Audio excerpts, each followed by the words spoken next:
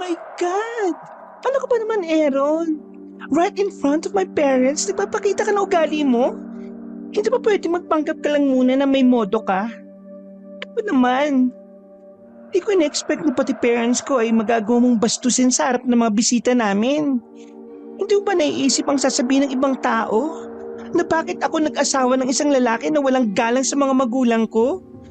Nakakaiyak naman. Birthday pa naman ito ng anak mo pero ganyan ang ugali mo? Galit ka kasi ginawa ko yun sa mga magulang mo without asking kung anong sinabi nila sa akin? Right in front of those people? Seriously? Until now, hindi mo lang ako tinatanong kung kumusta ako matapos kong saluhin ang mga salitang hindi dapat naririnig ng iba. Leah, do you really love me? Kasi kung talagang mahal mo ko at mahalaga ang marriage na ito, mararamdaman ko yun by taking care of my feelings. Kaso wala Never in my life na pinakita mo sa akin ang sincere na pagmamahal. Palagi ka na lang nakafocus sa mga magulang mo. Let's go. Here we go again. Stop with your drama, please. Drama? Hindi lang ito drama, Leah. Isa itong problema na dapat inaayos natin kasi kung hindi, unti-unti tayo magkakalabuan. Bakit pa kasi hanggang ngayon parang wala kang sariling utak? Lagi kang naghihintay sa desisyon ng mga magulang mo para sa pamilya natin. Excuse me. O bakit hindi ba? Mula nang makilala kita, laging nakikialam yung mga magulang mo sa takbo ng buhay natin. Hanggang sa ikasal tayo, sila pa rin ang nagdesisyon. Ni walang halaga ang boses ko para sa pamilya natin. Hindi naman sila kasali sa ginawa nating pamilya Bakit sila nanghihimasok palagi? Etong birthday ni JM. Di ba wala akong nagawa? Sila na naman ang nasunod. Kahit man lang yung suggestion kong cake na gusto ng anak mo, ayaw nila. Kasi gusto nila sila ang masusunod. Can't you see, Leah? Wala kang sariling utak. At hinahayaan mo lang na mababa ang tingin nila sa akin. Kaya mababa ang tingin nila sa'yo dahil pinili mong maging mababa.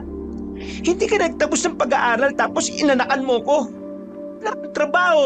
Puro ka kanta, music, puro ka banda. Mayaman sa banda-banda na yan. Ngayong nasa kumpanya ka na nila papa at mama, lagi ka nalang gumagawa ng kapalitan. Kaya masisisi mo ba sila kung yun ang tingin nila sa'yo? Pakita mong mahina ka kaya bulag ka! Nagsasalita pa ako, bulag ka, Leah! Bulag ka! Kahit na kailan, hindi mo man lang nakita ang mga sakripisyo ko para sa'yo at para sa pamilya natin. Kinalimutan ko ang pangarap ko para sa'yo. Alam mo kung gaano kasakit sa akin, nakalimutan yon para nang matanggap ako ng mga magulang mo? Ha? Hindi mo alam dahil ang tingin mo lang sa akin ay isang inutil na lalaki. Leah, nasa momentum na ako ng karir ko. Malapit nang makilala ang banda pero anong ginawa ko? Pinapili mo ko. Ikaw o ang banda? Siyempre pinili kita. Mahal kita Sinunod kita. Ginawa ko ang lahat ng sinabi mo. Nagtrabaho ko sa inyo. Nagpakababa ako. Nagsikap akong matuto. Pero kahit na kailan, hindi ako nagiging masaya sa ginagawa ko. Alam mo ba kung bakit? Kasi isang bagay lang ang nagpapasaya sa akin. Yun ay ang musika na kahit kailan, hindi ko na mababalikan pa kasi sinira mo lahat ng pangarap ko! Natahimik ang asawa kong si Leah. Habang ako kabanong, naramdaman ko na lang na bumabagsak na ang mga luha ko. Hindi ko inakala na kahit 9 na taon na ang nakalilipas mula nang iwan ko ang pagkanta, masakit pa rin para sa akin ang mga nangyari. Mahal ko si Leah kabanong, lalo na ang anak naming si JM. Sila ang dahilan kung bakit nagsusumikap ako sa isang bagay na unti-unting nagpapahina sa akin. Tiningnan ko lang maigi si Leah. Baka sa mukha niyang hiya, lungkot at pag-aalala. Pero kahit ganito na ako, kahit na kailan, hindi ko pinagsisiyan ang naging desisyon ko dahil mahal kita at mahal ko ang anak natin. Sana Dumating ang araw na maisip mo rin kung ano ang pinalampas ko para lang hindi ka mawala sa akin. Tsaka na nga muna. Padabog kong sinarado ang pinto at lumabas na rin. Nagtungo kagad ako sa banyo at saka nagilamos. Huminga ako ng malalim. Siniguro kong walang makakalata na umiyak ako. Kaarawan kasi ng anak ko noon. Kakasyam na taon pa lang niya, Kabanong. At kahit nasa province kami, marami-raming mga bisita ang dumating. Punong-puno tuloy ang mansyon ng mga biyenan ko. Palabas na sana ako ng banyo nang biglang pumasok ang kaibigan kong si Rod. Kasamahan ko rin siya sa trabaho sa pagiging office boy. Oh bro, anong ginagawa mo rito? Birthday ng anak mo, nagtatago ka rito sa banyo. Ha? Umihi lang ako saglit, baliw. Saglit? Are you okay? Kanina pa kita hinahanap eh. Oo, bakit? Ano bang meron? Wala naman. Nag-alala lang ako. Narinig ko kasi yung kanina. Grabe naman yung mother-in-law mo, no? Iba takabas ng dila. Mata pobre, bro. Iya mo na. Hindi ko na nga lang pinapansin eh. Ano bang balak mo? Tutuloy mo na ba yung annulment? Naku, matagal na proseso yan. Magastos din. Wait mo na lang ma-approve ang divorce. Ewan ko, hindi ko alam. Pag-isipan mong maigi, bro. Kasi alin man dyan sa dalawa ang piliin mo if ever. Kawawa naman ang anak nyo. Yun nga lang rin ang iniisip ko eh. Alam mo, wala naman sana akong problema na makakasama si Leah. Ayaw ko lang talaga sa mga magulang niya. Ang galing nilang mag-manipulate ng tao eh. Ay nako, hirap talaga kalaban ng mga biyena na may pera.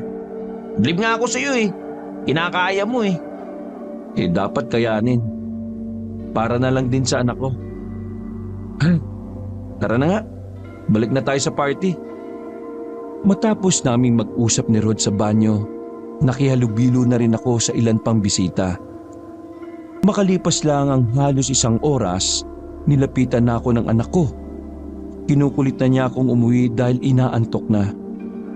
Alauna na rin ang madaling araw ng mga oras na yon. Dinala ko sa gilid si JM at kinausap.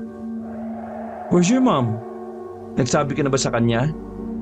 Opo, pero busy pa po si mama ko mausap ng bisita eh.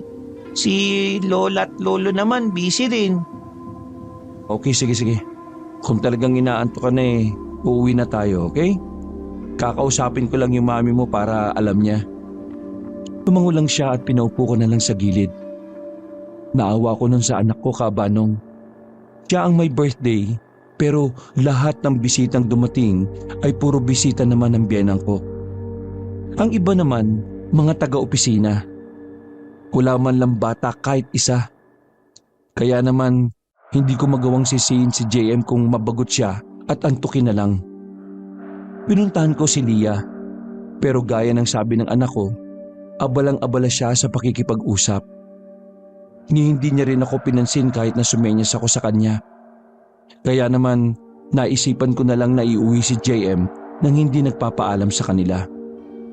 Sinama ko na ang anak ko sa loob ng lumang modelo na sasakyan ko. Nabili ko pa yon sa kakilala ng tatay ko noon. Papa, masaya po ko kahit ikaw lang ang kasama ko. Dapat masaya ka rin kapag kasama mo ang mami mo, no? Hindi naman po niya ako pinapansin eh. Ganun talaga. Kasi inaasikaso ni mami mo yung mga bisita. Hindi ko naman po kilala yung mga yun eh. Hindi naman po sila mga bata. Kaya wala akong makausap sa kanila. Isipin mo naman, Daddy, children's birthday party, walang children. Hayaan mo, sa susunod, mag-invite tayo ng maraming bata. You like that? Opo naman po, Daddy. Ngumiti lang ako ng malapat kay JM at ginulo pa ang buhok niya. Pinaandar ko na rin ang sasakyan paalis. 10 minuto ang biyahe mula sa mansyon ng mga biyenan ko pauwi sa amin. Mabagal lang ang pagmamaneho ko dahil madilim ang daan. Kakaunti pa lang din kasi ang mga poste ng ilaw doon. Kahit moderno na sa Maynila, parang napag-iwanan naman ang probinsyang yon. Hindi ko nga alam kung bakit mas ginusto pa ni Lia na tumira doon. Samantalang mas maganda at komportable ang buhay namin noon sa Maynila. Nasa kalagitnaan kami ng biyahe nang itigil ko ang sasakyan. Meron akong nakitang matanda sa gilid ng kalsada. Isang matandang babae na uugod-ugod na. Kukuba-kuba na rin at may hawak pang tungkod. Hinayaan ko muna siyang tumawid. Pero nagtaka ko nang lumapit siya sa parte ng sasakyan kung nasaan ako. Binaba ko ang salamin at inalam kung ano ang kailangan ng matanda. Iniisip ko kasi noon kabanong na baka manghihingi siya ng pera. Pero hindi. Tumingin lang siya kay JM na nung oras na yon ay natutulog na lang din. Nay? Bakit po? Hindi sumagot ang matanda. Tinaas ko na lang ulit ang salamin nang dumistansya siya. Aminado ako noon na nakakaramdam ako ng kaunting kilabot kabanong. Katakataka naman kasi na sa gitna ng madilim na daan ay may matandang lalapit sa amin. Bumuntong hininga na lang ako at napailing. Pag-uwi sa bahay namin ay binuhat ko na rin si JM paakyat sa kwarto niya. Inihiga ko siya sa kama at sandaling napatitig. Lumapit din ako sa bintana para isara yun.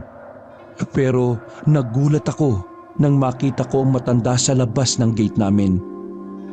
Nang tingnan ko ulit ay wala naman akong nakita roon. Kumiling ako ulit at natawa. Ganito pala ang tama ng tequila. Nag-halusinate ako.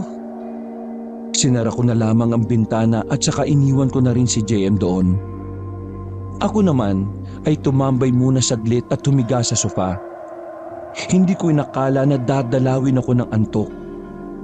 Masarap na sana ang tulog ko nang marinig ko ang boses ng biyenan ko at ng asawa ko. Pagdilat ng mga mata ko, nasa harapan ko si Lia habang galit na galit. Oh, ano bang problema? Bakit kayo sigaw ng sigaw? Nakakabulaho kayo ng tulog ng mga kasambahay ah. Wala kang alam? Nawawala ng anak mo, Aaron? Tapos ikaw nakahilata ka lang dyan? Ang sarap ng buhay mo dyan na parang wala kang anak na dapat intindihin. Ngayon, saan natin hahanapin ang apo ko? Nilibot na namin ang buong Diyos ko naman! Yan! Yan ang nangyayari kapag hindi nyo pinapansin yung bata. Sarili niyang birthday, kayo nag-enjoy lahat eh. Hindi ko kailangan ng sermon mo. Kailangan ko... Nasa kwarto na siya, natutulog. Inuwi ko na kanina kasi antok na yung bata. Wala kayong pakialam sa bata eh. Lahat kayo busy sa mga katsika nyo. Bakit hindi ka man lang nagsabi? Nagsabi? Hindi mo nga ako pinansin eh. Tinesenya sa kita kanina na uuwi kami ng bata. Chika ka ng chika. Diyos ko naman oh. Huminga ng malalim si Lia at ang biyenan kong babae. Para silang nabunutan ng tinik. Sa susunod ha, matuto kang mag-abiso sa amin. Nag-alala ko ng masyado sa apo ko. Akala ko nawala na. Akala ko nakuha na ng gumagalang aswang eh. Ma, stop that nonsense! Anong nonsense? Hindi ka aware sa paligid mo, Lia?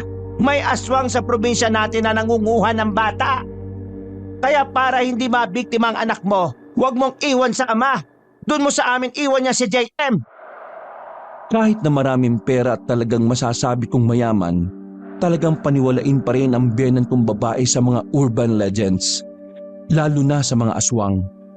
Masyadong makaluma kasi ang paniniwala nito. JM is okay now. Natutulog na yung bata kaya please, huwag na kayong maingay. And who are you telling me that? Anong tingin mo sa sarili mo para manduhan ako? Sa pamamahay na ito, ako ang haligi. Ako ang ama. Ako ang batas. Kung hindi ka susunod sa sasabihin ko, well, kindly get out of my house. Sige, mag-away pa kayong dalawa. Nakakairita na. Naglakad si Lia paakyat para puntahan ang anak namin. Napangisin na lang ako dahil sa ginagawang pagbibida-bida ng biyenan ko. Kung umasta, para namang may ibubuga. Nakakalimutan mo yata na kung ano ang meron ka ngayon. Lahat yun ay dahil sa akin.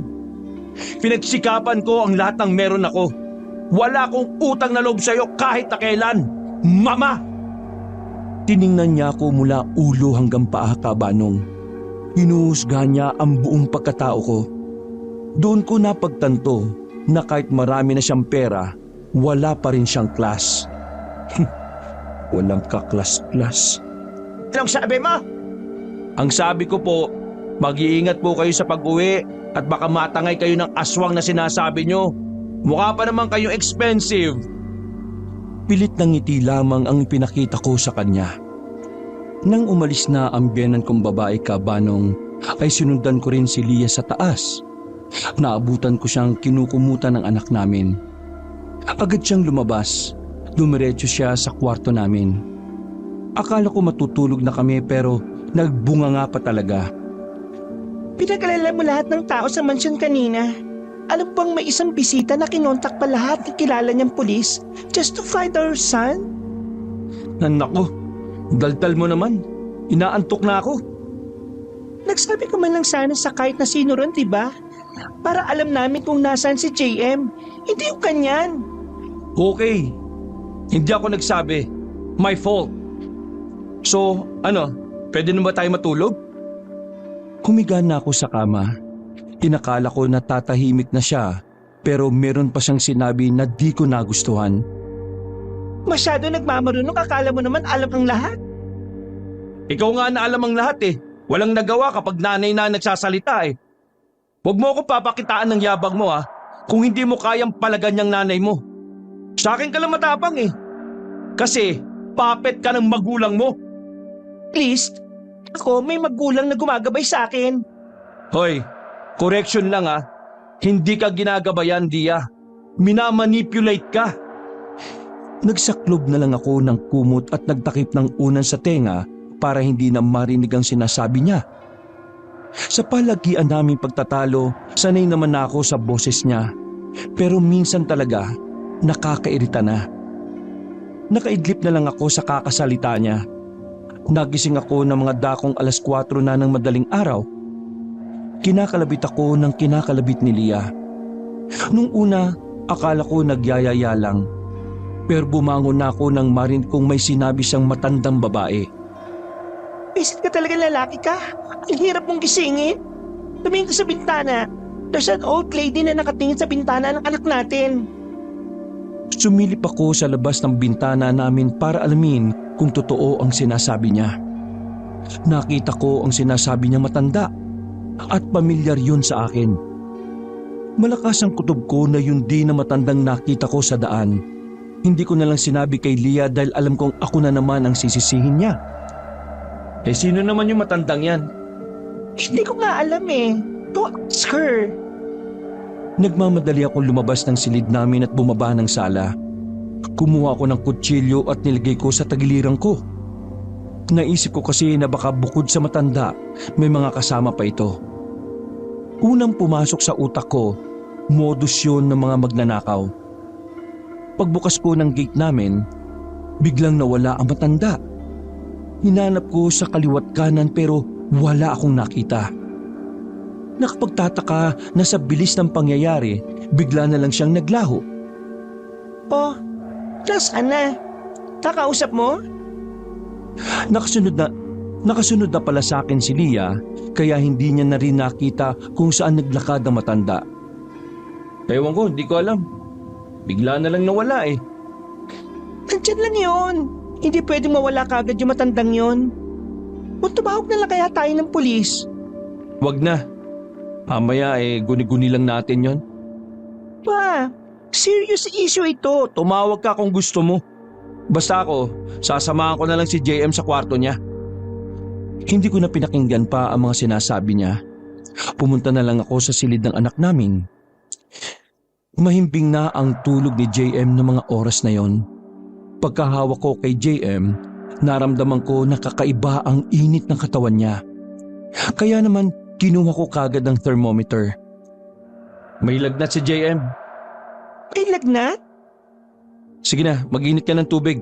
Pupunasan ko siya ng maligamgam na. Dali na natin siya sa ospital. Baka iba na yan. Anong iba na yan? Kung ano-ano yung pinag-iisip mo. Simpleng lagnat lang yan. Napagod yan kanina sa kakahintay sa inyo. Ako na lang magpapakulo.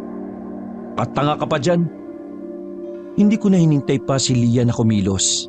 Bumaba ako ng kusina at nagpakulo ng mainit na tubig. Makalipas lang ang ilang minuto ay natapos na rin ako. Pabalik na sana ako dala ang maliit na timba na may tubig nang makita kong nakabukas pa pala ang gate namin. Nakko, nakalimutan ko pang isara ito. Kakainis naman no. Nilapag ko sa lamesa ang timba at saka lumapit sa gate. Nang kaunting siwang na lang ay nasipat ng mata ko ang matanda na nasa kabilang gutter. Kahit na madilim sa kinatatayuan niya, alam kong nakatingin siya sa akin. Naintriga talaga ako, Kabanong. Kaya sa halip na isara ko ang gate ay lumabas pa ako. Pero bigla na lang siyang naglakad paalis. Kataka-taka na mabilis siyang maglakad kahit matanda na. Pagliko niya sa isang kanto, bigla na lamang siyang nawala. Hindi ko may paliwanag kung papaanong bigla na namang siyang naglaho. Kung saan-saan ko dinako ang tingin ko pero wala talaga siya. Sa puntong yun pa lang ay alam ko nang merong nangyayaring hindi tama. Ramdam ko na hindi yun pangkaraniwan. Kabanong, hindi po ko naniniwala sa mga kakaibang nilalang. Pero noong mga sandaling yun ay parang nagbago na ang pananaw ko. Bumalik ako sa bahay. Hindi ko na lang din sinabi kay Lia. Tulad ko, hindi rin naman kasi siya naniniwala sa mga kakaibang bagay. Kaya alam kong kukontrahin niya lang ako kapag sinabi ko yun. Basta alam ko sa sarili ko na hindi normal ang matanda. Oh, kanina ka pa? Bakit ba ang tagal mo? Eh anong gusto mo? Isang minuto lang ako mag-iinit ng tubig. Paano kukulo yun? Tabi nga dyan. Sinimulan ko ang pagpupunas kay JM. Pinilit ko rin siyang gisingin para mapainom ng gamot na pambata. Naging maayos naman ang pakiramdam ni JM. Pero nang magising siya, may sinasabi na siyang kakaiba sa amin. JM anak, kumusta ka? Mabigat pa rin ba ang pakiramdam mo? Mami, pumunta po ba siya dito? Napatingin sa akin si Lia. Nagtataka rin siya kung sino ang tinutukoy ng anak namin. Sino ba tinutukoy mo anak? Si lola mo ba? Kanina nandito siya pero umalis na din kagad. Pero hindi po si Lola ang tinutukoy ko. Eh sino naman? The old woman. Napaayos ako ng upo sa tabi ni JM. Sa di malaman na dahilan, nagtayuan ang mga balay ni Buko. Anak, baka nananaginip ka lang. Hindi po.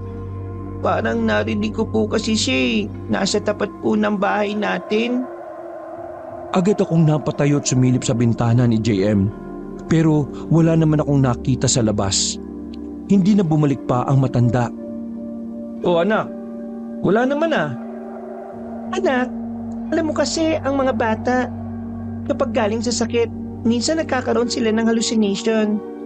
Daddy can explain what hallucination is, di ba? Ha? Oo, tama ang mami mo. Pero lola mo na lang ang mag-i-explain ng hallucination. Madalas kasi ang lola mo na nakakaranas ng ganun. Pero naman, please. Ngumiti na lang ako. Hinaplos ko na lang ang buhok ni JM. JM, anak, tulog ka na lang ulit. Sasamahan ka na ni Daddy. Sige po, Daddy. Gusto ko po kayo kasama. O Lia, patutulog na kami. JM anak, sabi ka lang kay mami kapag masama ang pakiramdam mo. Ngumiti lang si JM. Lumabas na rin si Lia pagkatapos. Naging maayos naman ang tulog namin ng anak ko noon. Hindi ko na rin naramdaman pa ang misteryosong matanda, Kabanong. Inaumagahan, nauna na akong nagising kaysa sa anak ko. Babangon na sana ako nang mahawakan ko na naman ang kamay niya. Mainit na naman siya. Paglagay ko ng thermometer, mataas na naman ang lagnat niya. Napadako ang tingin ko sa bintana. Nagtataka ako kung bakit nakabukas yun. Samantalang bago kami matulog ay sinarado ko na yon. Pinuntahan ko si Lia sa kwarto namin. Pero wala na siya. Palagay ko ay maaga siyang umalis para pumunta sa opisina. Hindi na ako nagsayang ng oras. Binuhat ko si JM. Dinala ko siya sa sasakyan. Kinakabahan ako noon kasi pakiramdam ko hindi na yung normal na lagnat lang. Rod, di ba sabi mo may klinik ang tita mo? Tinawagan ko si Rod nung oras na yon. Naisipan ko kasi na dalhin sa family clinic nila ang anak ko. Kapag sa ospital kasi, malayo pa siya sa mismong lugar namin.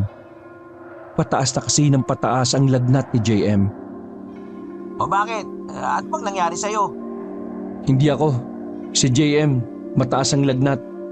Ayaw ko nang idiretso sa ospital to kasi palayo eh. At baka sarado na naman ang daan sa kabila. Pwede ba sa tita mo na lang? Oo, pwede naman. Dalhin mo na lang, tol. Pupunta na lang din ako ron. Magre-read lang ako. O sige tol, maraming salamat ah. Hinatay ko na kagad ang tawag at saka hinipo ko muna ang noo ni JM. Pataas yun ng pataas ang init ng katawan niya. Binilisan ko na ng bahagya ang pagpapatakbo.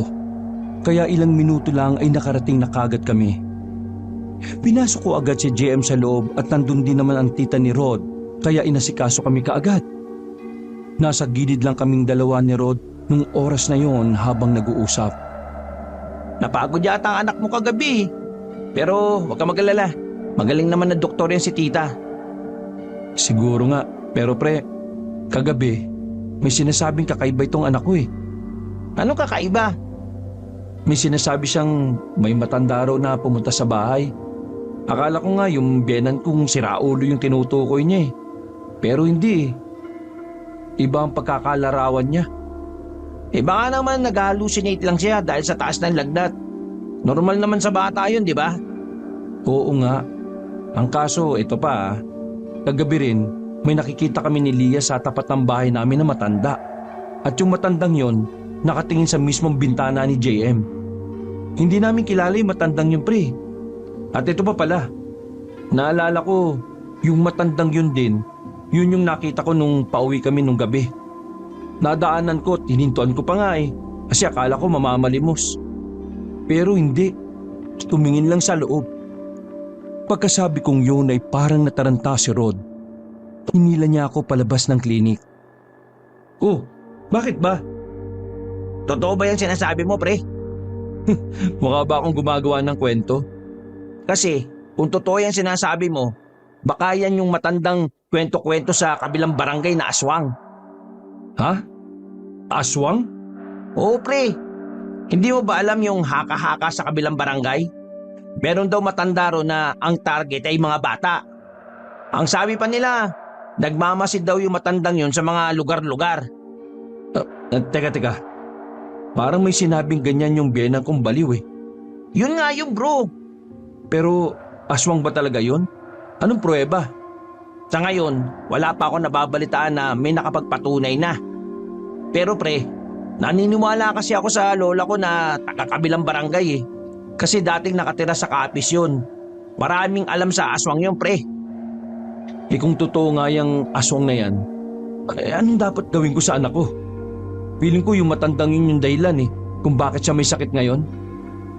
Inakbayan ako ni Rod at saka bumulong. Gusto mo, pagkatapos natin dito, pumunta tayo sa kakilala ng tito ko. Albularyo, bro. Ha?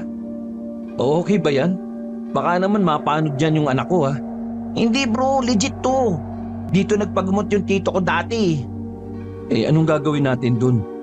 Kukonsulta tayo kung talagang inaaswang yung anak mo o hindi.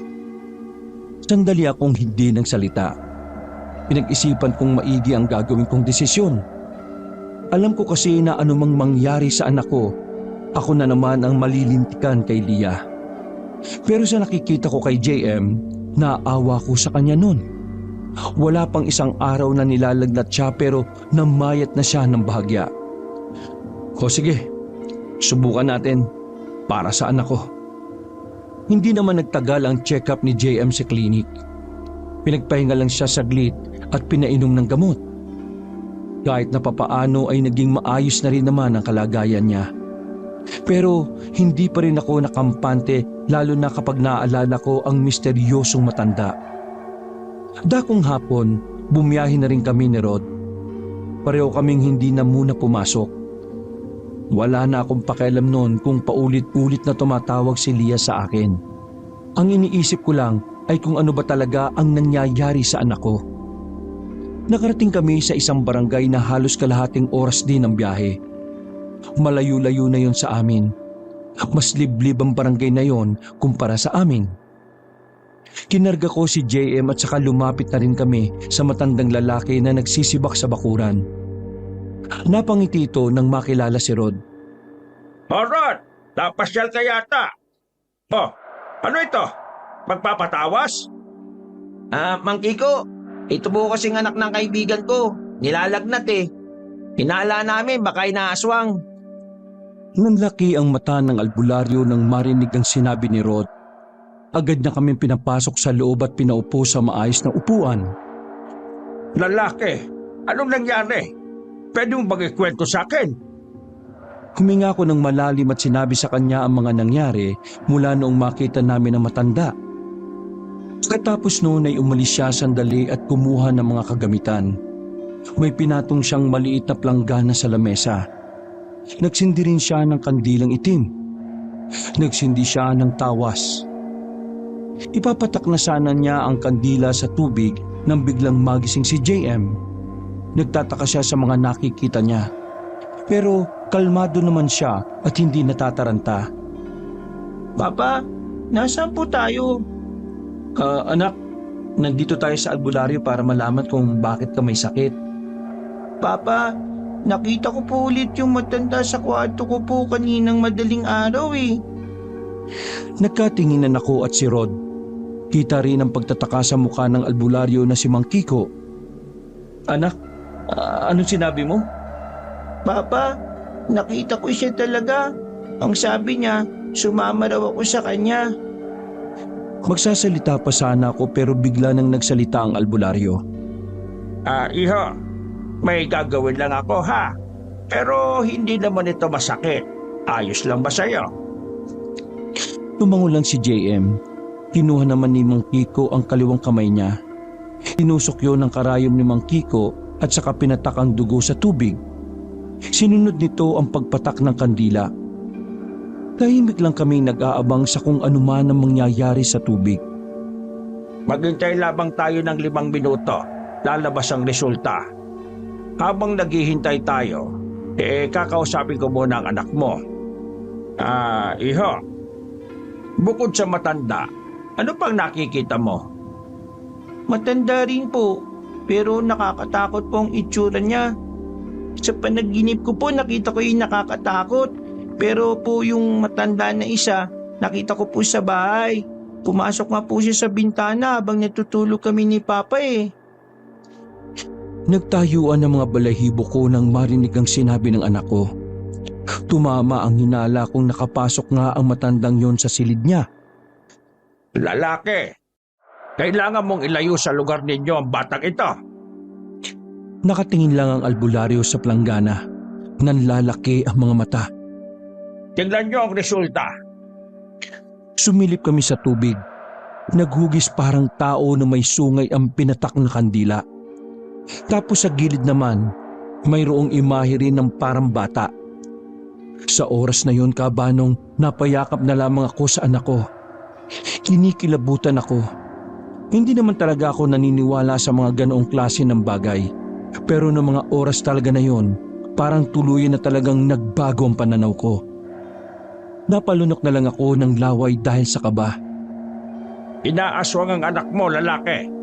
Kung hindi mo siya ilalayo sa lugar ninyo, hindi siya titigilan ng aswang hanggat hindi ito nakukuha ang gusto nito sa anak mo. Wala po bang ibang paraan? O wala ka bang ibang pwedeng ibigay sa akin na pangontra? Alam mo kasi, maraming taon na mula nang huli akong nagbigay ng pangontra laban sa aswang. Kung makakapaghintay ka aabutin ng 3 hanggang 4 na araw ang pagkuha ko ng mga pangontra. Sa ibang tao ko rin kasi bibilin yon. Ayos lang ho. Basta sigurado at epektibo. Handa akong magbayad at maghintay kahit na gaano pa katagal. Basta hindi lang mapahamak ang anak ko. Ay, sige. Sa ngayon ang magagawa ko lang sabihin sa iyo ang lahat ng mga improvised na pangontra. Sige po, maraming salamat po. Matapos ipaliwanag sa akin ni Mang Kiko kung ano ang mga dapat kong gawin, umalis na rin kami. Maggagabi na nang makabalik na kami sa bahay. Isinama ko na rin si Rod para may katulong akong maglagay ng mga bawang sa kung saang parte ng bahay namin. Hindi ko na muna nilagay si JM sa silid niya. Minabuti kong doon na muna siya magstay sa kwarto namin dahil mahirap buksan ang bintana doon. Maraming salamat pre ah. Okay na siguro yung mga yun ano? Oo pre, dami na nun eh. Nawala ang ngiti namin ni Rod nang biglang dumating si Lia. Sa gate pa lang, kita na namin na nakasimangot siya. Wow! Seriously? Kayong dalawa? Nandito lang kayo sa bahay tapos wala kayo sa office? Kaya nga wala kami sa office kasi nandito kami sa bahay eh. Anong klaseng tanong ba yan? Maraming project ang marketing department kanina. Tapos wala kayong dalawa? Is lang kayo? Lia, pwede ba? May bisita ako. Umayos ka naman. Bro, sige, mauna na ako Nagmamadaling lumabas ng bahay namin si Rod. Kita ko na parang takot na takot siya kay Lia. Mataas din kasi ang ranggo ng asawa ko sa opisina. Kaya ganun na lang ang reaksyon ni Rod. Dahil ayaw kong marinig na mga kasambahay ang mga sasabihin ko, dinala ko si Lia sa kwarto ni JM. Pasensya na kung hindi ako nakapasok ha. Magpa-file din ako ng leave bukas. Leave? What? Magbabantay ako kay JM. Tinatapat ka na naman siguro magtrabaho ano? Maraming kasambahay dito kaya bakit ikaw ang magbabantay kay JM? Pwede ba? Mag-isip ka nga ng matinong dahilan? May nangyayaring kababalaghan sa anak natin. Hindi ako nagdadahilan lang. Natigilan si Lia. Halo ang reaksyon na nakikita sa mukha niya. Medyo naguguluhan siya. Alam niya rin kasi na hindi naman ako yung tipo talaga ng tao na naniniwala sa mga ganon. Sasabi mo? Lia, naalala mo ba yung matandang nakita natin sa tapat ng bahay? Oh, meron sa kanya. Aswang siya. Inaaswang niya ang anak natin. What? Swang? Diyos ko, Aaron. Kailan ka pa naniwala sa mga ganyan? Oo, hindi talaga ako naniniwala noon. Pero iba ngayon. Anak natin ang pinag-uusapan dito eh. This nonsense. Pareho kayo ni Mami. Parang kayong mga siraulo. Totoong sinasabi ko. Nagpunta kami sa albularyo kanina at yun ang sinabi sa amin ng albularyo. Dinala mo sa albularyo si JM nang hindi ka man lang nagsasabi sa akin? Oh my God, Aaron. Iba ka na ba talaga? Mga modus lang yung mga albularyo na yan. Bakit ka na niniwala sa mga yon? Totoo nga sinasabi niya. Kahit tanungin pa natin si JM, nakikita niya yung matanda at yung aswang. Yun ang dahilan kung bakit hindi nawawala yung lagnat niya. Inaaswang siya. Oo, tama nga ang nanay mo. Totoo yung matandang nangunguha ng bata. Kung wala kang sasabing matino, huwag mo na lang muna akong kausapin, ha? Hindi ka pwedeng mag-leave bukas. Maraming kailangan kong ilayo rito si JM. Sinasabi mo? Kailangan ba ilayo si JM? Kung hindi rin siya titigilan ng aswang na... Pihin mo, balak mong itakas sa amin ang anak ko. Baliw ka ba? Kapakanan lang ng anak natin ang inaalala ko. Bakit ko naman siya itatakas sa inyo? Anong tingin mo sa akin, kidnapper? Walang aalis ng bahay. Hindi aalis si JM ng bahay, period. Makinig ka naman sa akin kahit na ngayon lang. Kailangan makalayo si JM dito dahil masama ang binabalak sa kanya ng matandang aswang. Ako wala kang pakialam kung ano man yung mga pinagsasabi mo. Walang aswang, walang matanda, kaya walang aalis sa bahay na ito. Di ba gusto mo magdesisyon ako nang hindi nakadepende sa parents ko? Pwes, ito na yon. Ay nako, kahit kailan talaga hindi mo ako pinakikinggan. Bakit ang pakikinggan? Malaking kalokohan naman yung sinasabi mo. Kapag may nangyaring masama sa anak natin dahil sa katigasan ng ulo mo, kasalanan mo, tandaan mo yan. Padabog akong lumabas ng silid. Pagbaba ko sa sala, natataranta ang mga kasambahay. Nang tanungin ko sila kung anong nangyari, sinabi nila sa akin na meron daw matandang lumabas mula sa kwarto namin kung saan naroon si JM. Walang nakakaalam kung paano nakapasok doon na matanda. Hindi rin naman daw kasi nila nakitang pumasok sa gate o sa main door namin. Agad akong lumabas para habulin na matanda. Pero wala na siya. Kaya naman nagmamadali na lang akong pumunta sa kwarto namin. Naroon na rin si Lia nung mga sandaling yun. Naabutan ko sila na nasa kama, habang si JM ay may kinakain na mansanas. Lia, nakita mo ba yung matanda na nanggaling dito? Ron, please. JM, anak, kanino galing yung mansanas na yan? Tumingin sa akin si JM ng inosente ang muka bago sumagot. Sa matanda po na pumasok dito kanina bago dumating si Mami.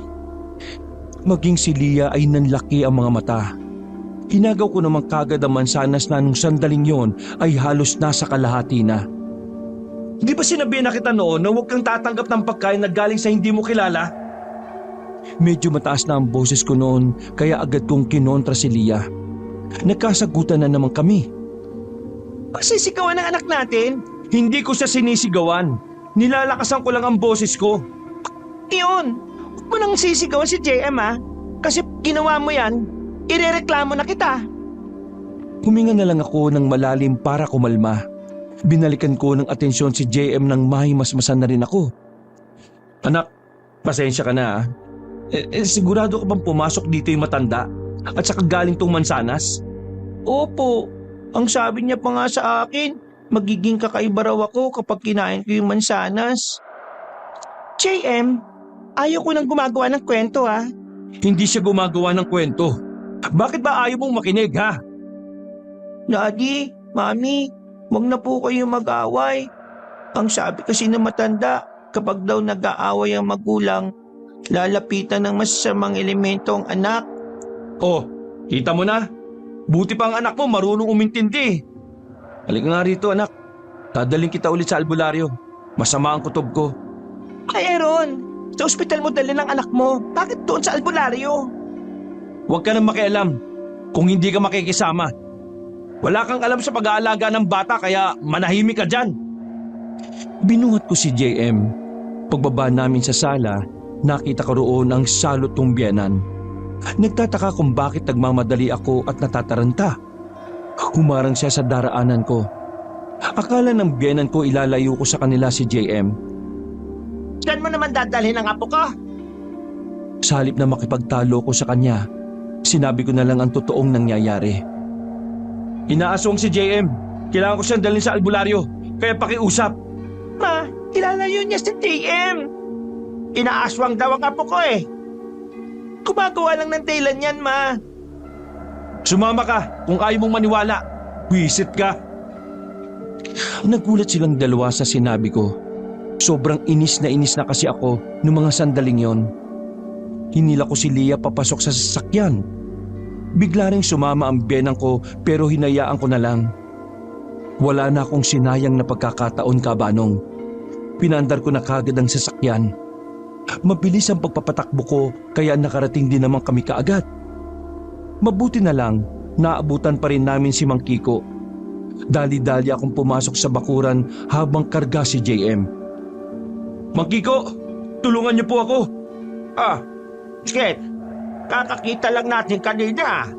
Nakapasok yung matanda sa bahay namin kanina. Pinakain niya ng mansanas si JM. Nagulat ang albularyo. Pabalik-balik ang tingin niya sa akin at kay JM. Bakit to? Ano pong problema? Diyos ko, Panginoon, ang anak mo, niyag daw ng aswang. Sumingit bigla ang biyenang ko. Yang daw, sigurado ka ba dyan? Bakit? Alam niyo ba kung ano ang yang daw? Yan ang ginagawa ng aswang para magparami. Tama po kayo. Teka, ano nagsasabi ninyo? Yang daw, nangyari sa anak ko. Huminga ng malalim si Mang Kiko. Kinakabahan ako sa reaksyon ng kanyang muka. Pakiramdam ko may hindi magandang mangyayari sa anak ko. Pero pinilit ko na lang munang kumalma. Kung hindi maagapan, ang inyong anak ay magiging aswang din. Napakapit ako sa lamesa. Parang nanghina ang tuhod ko sa narinig ko, Kabanong. Ang biyenan ko naman ay napayakap na lang din kay JM. May alam po ba kayong paraan para hindi humantong sa ganun? Pakiusap, Mang Kiko. Sabihin niyo sa akin, tulungan mo kaming hindi maging aswang ang anak namin. Wala akong kaalaman sa pag-alis ng Yanggaw. Pero susubukan ko kung gagana ang alam kong paraan. Pero huwag kayong aasa na 100% na magiging epektibo yon. Napalunok na lamang ako ng laway sa sinabi ng albularyo. Sobrang nag-alala at kinabahan ako para sa anak ko noon. Si Lia naman, hindi pa rin siya naniniwala sa lahat ng nangyayari. Nagmamatigas pa rin siya kahit mismong nanay na niya ang nagsasabi na nasa alanganing lagay na si JM. Kung meron ng sakit ang anak natin, doktor ang kailangan niya.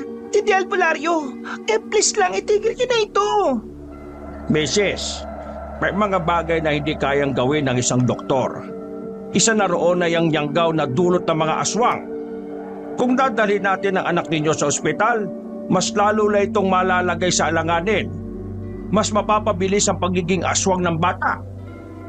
Pwede ba, Lia? Matuto ka naman makinig sa ibang tao. Hindi sa lahat ng oras ikaw ang magaling. Kahit tanungin mo pa yung mama mo, ito ang pinakamagandang gawin para sa bata.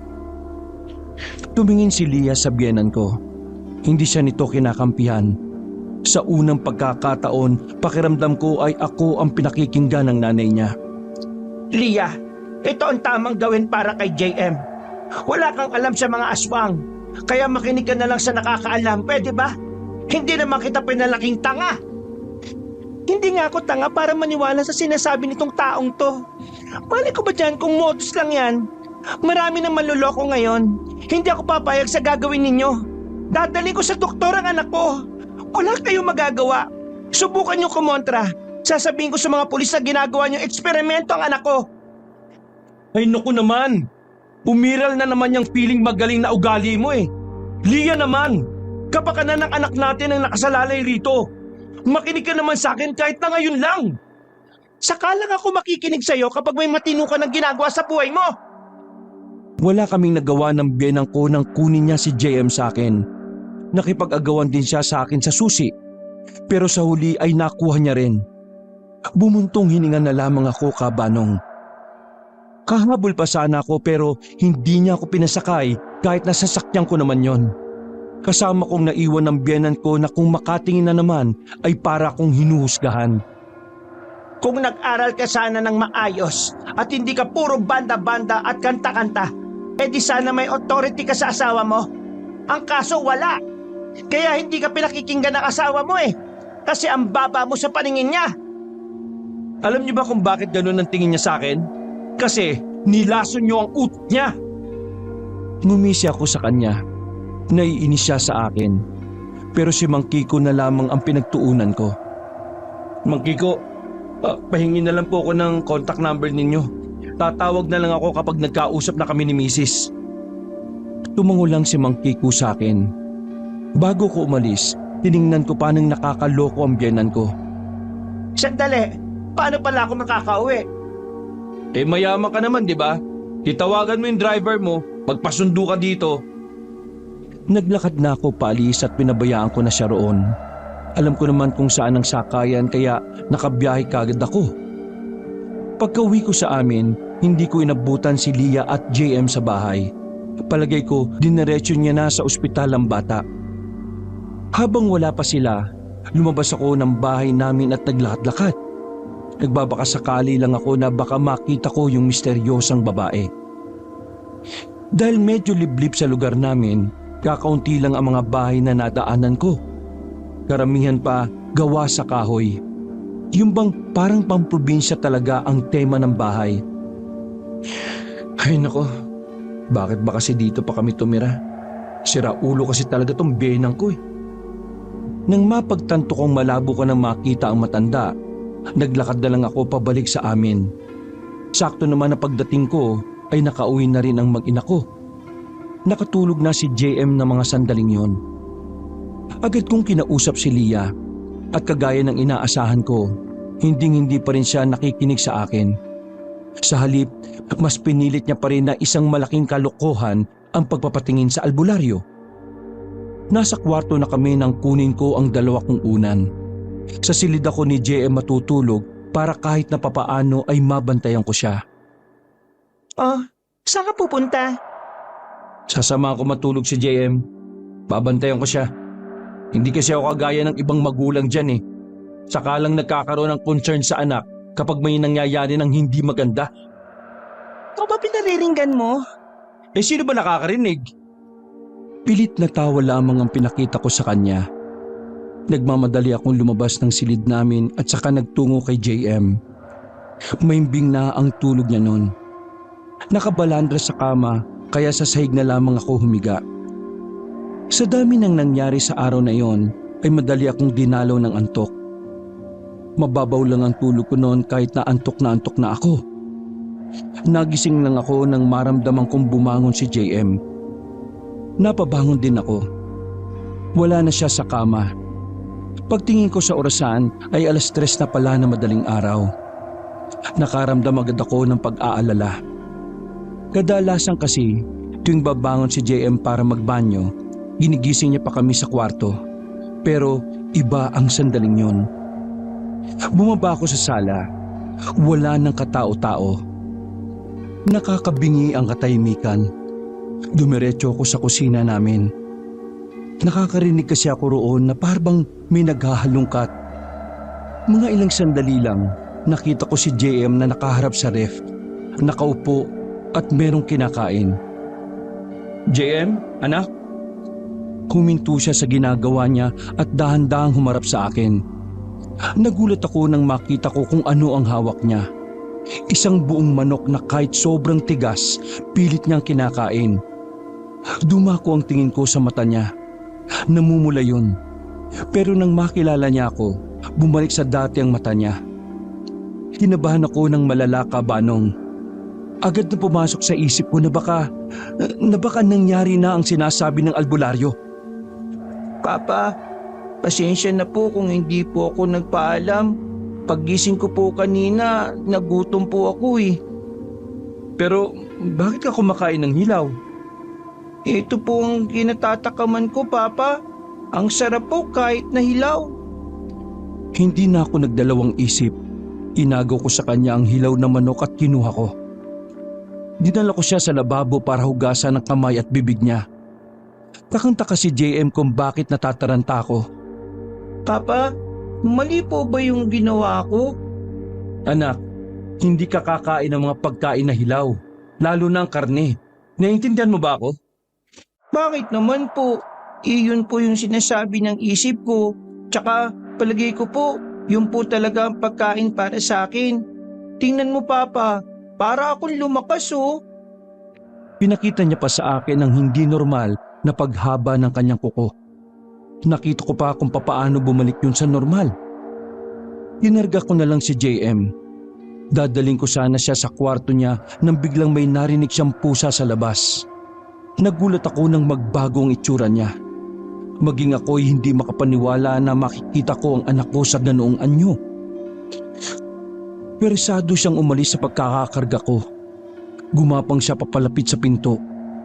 Nasira niya ang doorknob sa sobrang lakas ng kamay niya. Hinapol niya sa labas ang pusa. Ang hindi ko alam, bumaba rin pala sa sala ang asawa ko. Nakita niya kami. Naabutan ko naman si JM na nakadapa habang nakatingala sa puno kung saan naroon ang pusa. Marahan ko siyang nilapitan. Anak, hindi mo pwedeng saktan ng pusa, masama yan. Parang wala sa sarili ang anak kong tumingin sa akin. Nanlilisik ang kanyang mga mata. Hindi ko inakala na nakita rin pala yun ni Leah. Mas lalong kumabog ang dibdib ko nung mga oras na yon. Ron, nangyayari sa anak natin. Hindi kaagad ako nakasagot nang biglang gumapang si JM paakyat ng pader. Lumabas siya sa bakuran namin. Hinabol ko siya pero nawala na siya nang pumasok siya sa liblib na lugar. Hinahanap ko siya roon pero nabigo ako. Galit na galit ako nang balikan ko si Leah sa amin. Parang gusto ko na siyang saktan sa mga oras na yon, pero nagpipigil lang ako. Kasalanan mo lahat ng ito eh. Kung nakinig ka lang sana sa akin, maagapan pa sana ang anak natin. Tingnan mo! Nakita mo naman ang nangyari, hindi ba? Ano? Sabihin mo nga sa akin, magagamot pa ba ng doktor ang ganon? Ha? Aswang na ang anak natin, Lia! Dahil yan sa'yo! Hindi siya makapagsalita. Iiyak-iyak lang siya sa gilid na parang tanga. Ano? Magsalita ka! Sabihin mo sa akin ngayon kung ano ang dapat nating gawin. Magaling ka, di ba? Alam mo lahat, di ba? Ano, Lia? Magsalita ka ngayon. Naririnig mo ba ako? Sumagot ka! Ikulong muna natin si JM. Ikukulong? Yan talaga ang unang pumasok sa utak mo? Hanggat wala pa akong naiisip na paraan, kailangan natin siyang ikulong, Aaron. Kapag nakapanakit siya ng iba, malaking problema yon. Lalo na kapag nalaman ng ibang taong tungkol sa kanya. Kaya bukas, papabalikin ko muna sa kanya-kanyang tirahan itong mga kasambay natin. Walang pwedeng makaalam nito. Alam mo, ikaw yung tipo ng tao na nag-feeling na magaling eh. Matapos mong gumawa ng malaking problema. Basta, wala akong pakialam sa sasabihin mo. Hahanapin ko si JM at dadalhin ko siya kay Mang Kiko. Bahala ka sa buhay mo kung anong paraan ang iniisip mo. Kung gusto mo, magpatulong ka sa nanay mong magaling din tulad mo eh. Padabog akong lumabas ng gate, dala ang malaking flashlight. Wala na akong pakialam noon kung ano ang panganib na pwedeng mangyari sa akin. Ang tanging nasa isip ko lang ay makita at makuhang anak ko. Pinasok ko ang liblib na lugar at tinanap ko si JM. Pero inabot na lang ako ng umaga pero wala pa rin akong nakita. Lugmok akong umuwi sa amin. Pagpasok ko, maaga pa lang ay umalis na ang mga kasambahay. Lahat sila ay nagtataka. Meron pang nagtanong sa akin kung anong problema at bakit sila pinagbabakasyon. Pagpasok ko sa sala, naroon si Lia na mukhang wala pa ring tulog. Kaharap niya sa sofa ang kanyang ina na si Imelda. Nahanap mo na ba ang apo ko? Nasaan si JM? Bakit hindi mo kasama? Nakita mo nang hindi ko kasama tapos tatanungin mo pa ako kung nahanap ko. Kung tumawag na kaya tayo ng pulis para mahanap siya. Nag-iisip ka ba talaga, Lia? Eh di nalaman ng iba na aswang ang anak natin. Pwede ba manahimik kayong dalawa? Walang magagawa ang mga yaman at pera nyo ngayon. Hayaan nyo akong gumalaw dahil ako nakakaalam nito. Sabi ko naman kasi sa iyo, Lia, hindi ka dapat nagkasal sa ganitong lalaki eh. Mayabang pero wala namang ibubuga. Tingnan mo, nagmamarunong na naman. Akala mo naman talaga eh, alam na niya. Masyado manahimik ka na nga, matanda ka. Mula nang nakialam ka sa pamilya namin, nagkandal leche-leche na ang lahat eh. Bakit ako sinisisi mo? Kasalanan mo yan. Wala kang bayag kaya ina-under-under ka lang na asawa mo. Ang sabihin mo, nilason mo ang utak ng anak mo kasi ayaw mo sa akin nung una pa lang. Karapatan na bastusin ng nanay ko. Bigla na lang akong sinampal ni Lia. Sa lakas ng sampal niya ay dumugo pa ang labi ko. Nagulat din siya sa ginawa niya. Ito na yung huling magagawa niyo sa akin to. Kapag natapos ang problema natin, maghiwalay na tayo. Ayaw kong kasama sa buhay ang walang ibang inatubag kundi ang yumaman. Ngumisip pa ako sa kanila bago umalis. Halos umusok naman ang ilong ng biyenan ko sa sobrang inis sa akin. Kapanong gulong-gulo ang utak ko nung umagang yon. Hindi ko alam ang gagawin ko kung papaanong maibabalik sa amin si JM. Natagpuan ko na lang ang sarili kong pinagsusuntok ang salamin sa harap ko. Hindi ko maramdaman ang sakit dahil sa magkahalong emosyon, takot, kaba at galit. Nang may masmasan, kinuha ko kagad ang cellphone ko sa kama. Tinawagan ko si Rod. Nang sumagot siya ay dali-dali akong lumabas ng bahay. Hindi ko pinansin ang dalawa sa sala kahit na magsisigaw pa silang mag-ina. Nakipagkita ko kay Rod para ipaalam ang nangyari. Kahit siya ay nabigla rin sa sinapit ni JM. Ang bira naman kasi pare. Bakit ba kasi ang tigas ng ulo ni Ma'am Lia eh? Ayan na nga ba sinasabi ko? Diyos ko, nakakaawa naman ng bata. Pare, Kailangan ko ng tulong mo. Wala ka bang ibang kilalang albularyo? We need to save my son, bro. Hindi ko mapapatawad ang sarili ko kapag hindi na nakabalik pa si JM. Bro, kailangan muna natin mahanap si JM. Kailangan natin siya makuha bago pa siya mapunta sa kamay ng mga aswang dito sa probinsya natin. Maraming aswang? Ibig mong sabihin, bukod doon sa matandang aswang, meron pang iba? Huminga ng malalim si Rod. Baka sa mukha niya ang pangamba. Nakausap ko si Mang Kiko eh. Sabi niya, natuklasan niya ang bahay ng mga aswang. Isang pamilya sila, bro.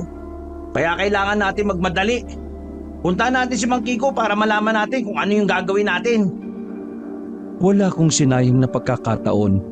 Bago magtanghali ay bumiyahe na kagad kami. Pagkarating namin doon ay naabutan namin si Mang Kiko na may mga ilalagang kung ano-anong dahon. Mabutit nagpunta kayo. Hinahanda ko na mga panggamot sa pangyanggaw. Naging aswang na po ang anak ko. Napatigil si Mang Kiko sa sinabi ko. Nanlalaki ang mga mata at napaupo na lamang sa lamesa. Nako, naloko na. Mang Kiko, pakiusap. Gawin niyo ang lahat para maibalik sa normal ang anak ko. Hindi ko alam kung ano pa ang magagawa ko. Pero magtatanong-tanong ako sa mga kasamahan ko kung sino ang pwede makatulong sa atin. Teka, nasaan yung bata? Yun din ang isa pang problema eh. Nakalis siya ng bahay kagabi pagkatapos siyang maging aswang. Mang Kiko, di ba ang sabi nyo, alam nyo kung saan nakatira yung pamilya ng aswang? Oo, pero hindi naman natin sigurado kung doon ba pupunta yung anak nito. Ituro niyo po sa amin. Kung sakali mang nakuha nila yung anak ko, siguradong naroon yun. Kung wala naman, papatayin ko silang lahat para sa dinulot nilang perwisyo sa pamilya ko. Hindi basta-basta mga aswang. Hindi sila mga tao na pwede mong idaan sa sindakan. Mapabangis sa mga aswang. Higit sa lahat, wala akong pakialam. Basta para sa anak ko. Lahat gagawin ko. Kaya pakiusap, Mang Kiko, tulungan niyo po ako. Napapuntong hininga na lamang ang albularyo. Ramdam niya rin siguro ang hirap na pinagdaraanan ko. Sige, ituturo ko sa inyo kung nasaan ang tirahan nila. May ipapadala ko sa inyo na pwede niyong magamit. Sandaling pumasok si Mang Kiko sa loob. Meron siyang ibinigay sa amin na kung ano-anong gamit. Lahat daw ng naroon ay makakatulong sa amin laban sa mga aswang. Isa-isa niyang pinaliwanag kung para saan ang mga yon. Binigyan niya rin kami ng babala na wag kaming basta-basta makikipag-usap kapag may tao kaming nakasalubong na tao sa gubat. Dahil baka isa yun sa mga aswang na nagtatago sa kagubatan. Mamayang gabi na kayo umalis. Mas mahirapan kayo kung maliwanag. Kahit na mas mahina ang aswang kapag maliwanag, mas malakas naman ang pakiramdam nila sa umaga.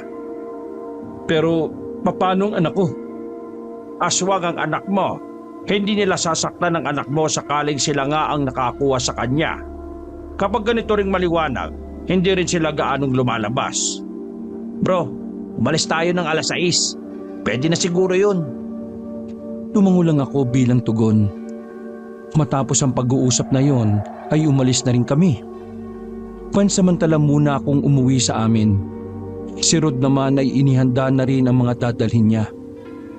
Sa labas pa lang ng bahay namin, dinig na dinig ko na ang biyenan ko. Nagbubunganga naman siya sa loob. Kahit ayaw ko, wala akong choice kundi ang pumasok sa loob. Kukunin ko kasi ang ilang gamit na dadalhin. Lalagpasan ko na lang sanang mag-ina ng tawagin ako ni Leah. Sa pagkakataong yun ay medyo kalmado na siya. Mababa na rin ang boses niya. Aaron, saan ka galing? Anong balita? Mamayang gabi, hahanapin ko si JM. Sasama ako. Wag na. Wala kang gagawin dun. Kaya manahimik ka na lang dito at maghintay. Gusto kong iligtas si JM. Anak ko rin siya, Aaron. Ay naku, bahala ka nga sa buhay mo. Sumama ka kung gusto mo. Wag mo lang akong bibigyan ng problema ha. Iiwan talaga kita sa gubat. Sasama na rin ako. Dadaling ko ang mga tao ko. Hindi na kailangan. Problema namin to. Hayaan mo kaming resolbahin ito nang hindi kayo nakikialam. Pakiusap lang. Natameme ang biyenan ko sa sinabi ko. Himala rin naman na hindi ako kinontra ng asawa ko noon. Mabilis na lumipas sa mga oras. Sumapit na rin ang 6:00 ng gabi. Kasama si Leah, pumasok na kami ni Rod sa kagubatan. Bro, bakit hindi mo naman sinabi na kasama yang si Ma'am Leah? Sinama ko na. Baka sabihin na naman niya ipapahama ko si JM. Kasi pre, dinala ko yung 2 baril. Tigisa sana tayo. Ha? Nandito si Leah. Baka isumbong pa tayo sa pulis niyan. Dinala ko na nga kasi akala ko di siya kasama. Ayos lang naman, di ba? Pang self-defense. Pinag-uusapan niyo ba ako? Bakit ka naman namin pag-uusapan? Piling ka naman masyado. Pasimpleng inabot sa akin ni Rod ang baril. Napatigil kami sa paglalakad nang maramdaman namin na may umaaligid sa amin. May mga kaluskos. May mga naririnig din kaming tunog ng parang isang paniki. Sa takot, bigla na lang napayakap sa akin si Leah. Nagulat ako, pero si Rod nakuha pang magbiro. Muling ibalik ang tamis ng pag-ibig. Agad na kumala sa akin si Leah. Marahan naman kaming umabante ni Rod at nilabas na rin namin ang baril namin. Wala na kaming pakialam sa sasabihin ni Leah. Ilang sandali lang ay nawala na rin ang mga ingay na naririnig namin. Pinagpatuloy na lang namin ang paglalakad. Makalipas lang ang ilang sandali, meron na kaming nakitang daan sa gitna ng kagubatan. Napatigil kami nang makitang meron ding taong naglalakad doon. Malakas ang kutob ko na aswang tong 2 to. Paano mo naman nasabi? Basta, sundan na lang natin. Sinundan namin ang 2 lalaki na naglalakad. Di kalaunan ay nakarating na kami sa isang bahay na katamtaman lang ang laki. Sa bakuran pa lang, nakita na namin sila na naroon. Buong akala namin ay ligtas ang pinagtataguan namin. Pero naggulat na lang kaming 3. Naramdaman na lang namin ang 2 pang nasa likuran namin. Meron silang itinutok na kung anong matalim. Kaya naman napilitan na rin kaming lumabas. Pwersahan nila kaming tinulak palapit sa bakuran. Nagtataka naman ng mga naroon kung sino kami. Samantala, nakita ko roon na matandang nangyanggaw sa anak namin. Nakangiti pa siya na parang nang iinsulto. Ikaw walang yaka! Ikaw matandang yon! Tumawa lang ang matanda. Alam niya kung ano ang pakay namin. Pero sinabi lang niya sa amin na wala roon si JM. Baka raw naghahasik na ng kasamaan ng anak namin dahil sa pagiging aswang nito. Sabay-sabay silang nagbago ng anyo. Aminado kong kinakabahan ako noon. Pero nang makita kong hinablot ng lalaking aswang si Leah, hindi ako nagdalawang isip na paputukan niyo ng baril. Dinukot ko kagad ang baril at saka itinutok sa aswang. Marunong naman akong humawak ng baril kaya kahit na papaano ay asintado ako. Tumakbo pabalik sa akin si Leah. Takot na takot at napahawak pa sa aking braso. Aswang ba talaga yan? Nakita mo naman, di ba? Nagtatanong ka pa. Nagpulasan ng mga aswang nang bumulagta ang isa. Hinila ko si Leah at nasa likuran lang naman siya. Pwede ba, Leah? Huwag ka nagang layo ng layo. Pahamak Ma'am, isang tabi niyo po muna yung alitan ninyo. Isipin niyo na lang na in love pa rin kayo sa Matibig ka na nga. Natameme si Rod. Bumalik lang ang atensyon namin sa mga aswang nang makita namin silang nasa bubungan. Pinagbababaril ko sila. Isa-isa silang nagbagsakan ng pareho silang tama. Meron pang 2 aswang sa silong ng bahay. Pinatamaan yun ni Rod. Magaling din naman si Rod kaya agad itong tinamaan. Matanda na lang ang natitira noon. Nasa loob siya ng bahay kaya pinasok namin siya. Nasa isang sulok siya na parang takot na takot. Nagmamakaawa siya sa amin na wag namin siyang papatayin. Kaya naman naisipan kong gawing pagkakataon yon para malaman kung papaano maibabalik ang anak namin sa dati. Hindi ka namin tutuluyan kung sasabihin mo sa amin kung paano may babalik ang anak namin si JM sa normal. Sabihin mo! Kung hindi, Hindi ako magdadalawang isip na iputok sa ito. Natataranta siyang binuksan ng isang maliit na drawer. May kinuha siya roon garapon at nilapag sa lamesa. Sinabi niyang yun daw ang makakapagpawala ng yanggaw sa bata.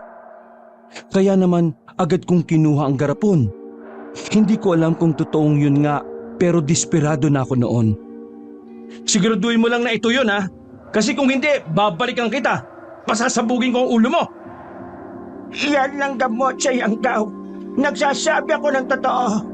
Huwag niyo lang akong patayin. Palabas na kami ng bahay nang bigla niya kaming atakihin. Humaba ang buhok niyang kulay puti. Parang naging kamay niya yon dahil naagaw niya ang baril namin at itinapon sa malayo. Kakaiba ang itsura ng matanda. Mas nakakatakot siya kumpara sa mga naunang aswang. Binitin niya kami patiwarik. Nasa aktong itutusok na niya sa amin ang mahaba niyang kuko nang biglang may dumating. Napitiwang kami na matanda. Pagtingin namin ay si JM ang nakita namin. Kinalmot niya ang matanda sa muka. Nang mawala sa focus ang matanda ay hindi na ako nagdalawang isip na kunin ng itak sa gilid. Tinaga ko siya sa leeg na naging dahilan ng kanyang pagbagsak. Niyakap ni Leah si JM kahit na aswang pa rin ang anyo ng aming anak. Kinuha ko kagad ang garpo na panggamot di umano sa yanggaw. Mamaya na kayo magyakapan. JM, anak, alisin natin ang pagiging aswang mo, ha? Makakabalik ka na sa dati, okay? Tumango-tango lang ang anak namin. Sigurado ba tayo dyan? Kinakabahan ako. Naiiyak na si Leah sa mga sandaling yon. Sa totoo lang, Kabanong, nag-aalangan din talaga ako noon. Alam kong napakalaking sugal na maniwala ako sa matandang aswang. Pero nilakasan ko na lang ang loob ko at pinagsadyos ang sandaling yon. Leah, kailangan nating sumugal. Kung wala tayong gagawin, baka habang buhay ng aswang ang anak natin. Hindi ko nakita kay Leah noon na tututol siya. Yun ang unang pagkakataon na hinayaan niya akong magdesisyon para sa anak namin. Binuksan ko ang garapon. Nagdasal ako saglit bago ko ipainom kay JM ang nasa garapon. Maya-maya lang, nagulat na lang kami nang biglang mangisay si JM ng halos 2 minuto. May lumabas din na kulay green na likido sa bibig niya. Kaya ang inakala namin na laso ng anak namin. Pre, anong nangyari? Diyos ko, Aaron! Natin! Tignan mo anong nangyari! Aaron! Nang beses kong inalok-alok si JM pero hindi siya nagkakamalay. Hindi na ako nagsayang ng oras. Pinasan ko si JM. Hindi. Naniniwala akong makakaligtas siya. Puntahan natin si Mang Kiko, dali! Tinakbo namin ang daan.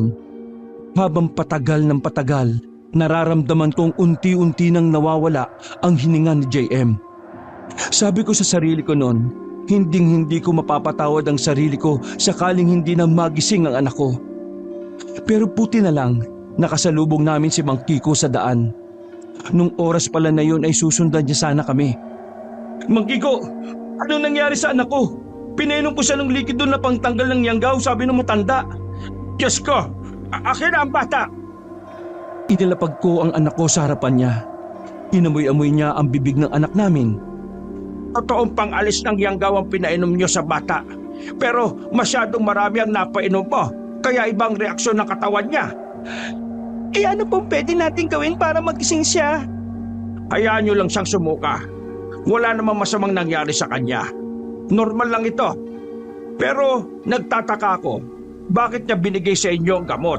Kasi ito talaga ang gamot na tanging mga aswang lang din ang nakakagawa. Eh tinutukan kasi ni Aaron ng baril yung matanda eh. Sinasabi mo bang ligtas na ang anak ko? Na magiging tao na ulit siya? Tumango-tango ang albularyong si Mang Kiko. Oo. Sa ngayon, naglalakbay pa ang gamot sa katawan niya. Bukas ng umaga paggising niya, makakabalik na siya sa dati. Abay magpasalamat tayo sa Diyos dahil hindi niya pa rin tayo hinayaan. Dahil sa totoo lang, walang albularyo sa probinsya natin ang kayang gumamot ng inyong anak. Halos manghina ako nang malamang nasa maayos na lagay na ang anak namin. Kahit magkagalit kami ni Leah, nagkayakapan na lang kami. Ano ka ba ron? Bakit mo ako nayayakap? Eh, nainggit po ako sa kanila eh. Inuwi namin si JM sa bahay. Sinama na rin namin si Mang Kiko para sa pagsusuri. Kinabukasan, kagaya ng inaasahan, nagising nga si JM. Pinahiran siya ni Mang Kiko ng langis na lana. Tinanong niya si JM kung nahahapdian, pero sabi ni JM ay hindi naman. Kumpirmado, nakabalik na sa pagiging tao ang inyong anak. Sa sobrang saya, napayakap na lang ako sa asawa ko. Ganon din naman si Dia. Nakalimutan namin pansamantala ang mga issue namin sa isa't isa. Mami, Adi, stay na po kayo. Nagkatinginan kami ni Lira. Pilit ng ngiti lang ang naipakita namin sa isa't isa. Oo naman anak. Sige nga, kung bati na kayo, dapat mag-kiss kayo. Nakita kong namula si Lia sa sinabi ng anak namin. Makakagawa na sana ako ng dahilan pero umapila yung biyenan ko sa gilid. Alam mo na, bawal kasing mag-kiss sa harap ng bata eh. Diyos ko, bawal-bawal pa. Nakakita na nga ng mga nakadusay na aswang ang anak ninyo eh. Tapos kiss lang, ayaw niyo pang ipakita sa bata. Tama si Mama Imelda. Oh, isa ka pa talaga. Sige na po, Daddy. Kiss na po kayo. Total, wala na rin naman pong aswang eh. Hindi na ako nag-inarte pa. Asawa ko rin naman si Lia. At kahit na may mga di kami pagkakaunawaan, mahal ko pa rin naman talaga siya. Hinalikan ko si Lia na madiin. Gumanti naman siya. Muntikan na namin makalimutan na may iba pa palang tao sa paligid. Nang dahil sa halik na yon, parang naging magic na ang mga sumunod na nangyari. Nagkabati kami ni Lia. Nagkasundo na kami. Nagkapatawaran sa lahat ng mga nagawa naming pagkakamali. Kabanong, masasabi kong naging isang malaking aral para sa amin ang nangyari kay JM. Dahil doon, mas tumibay pa ang pamilya namin. At mas minahal ko ulit ang asawa ko.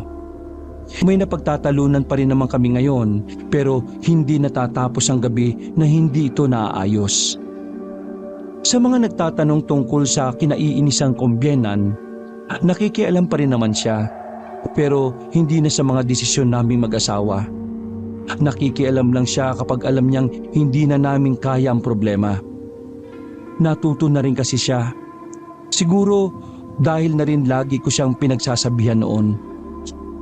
Ang isa pa sa pinakamahalagang aral kapag pamilyado ka ng tao, kahit pala aswang, kakayanin mong harapin basta para sa pamilya mo. At kahit na anong mangyari, palagi mong pipiliin ang pamilya sa lahat ng oras. Wakas,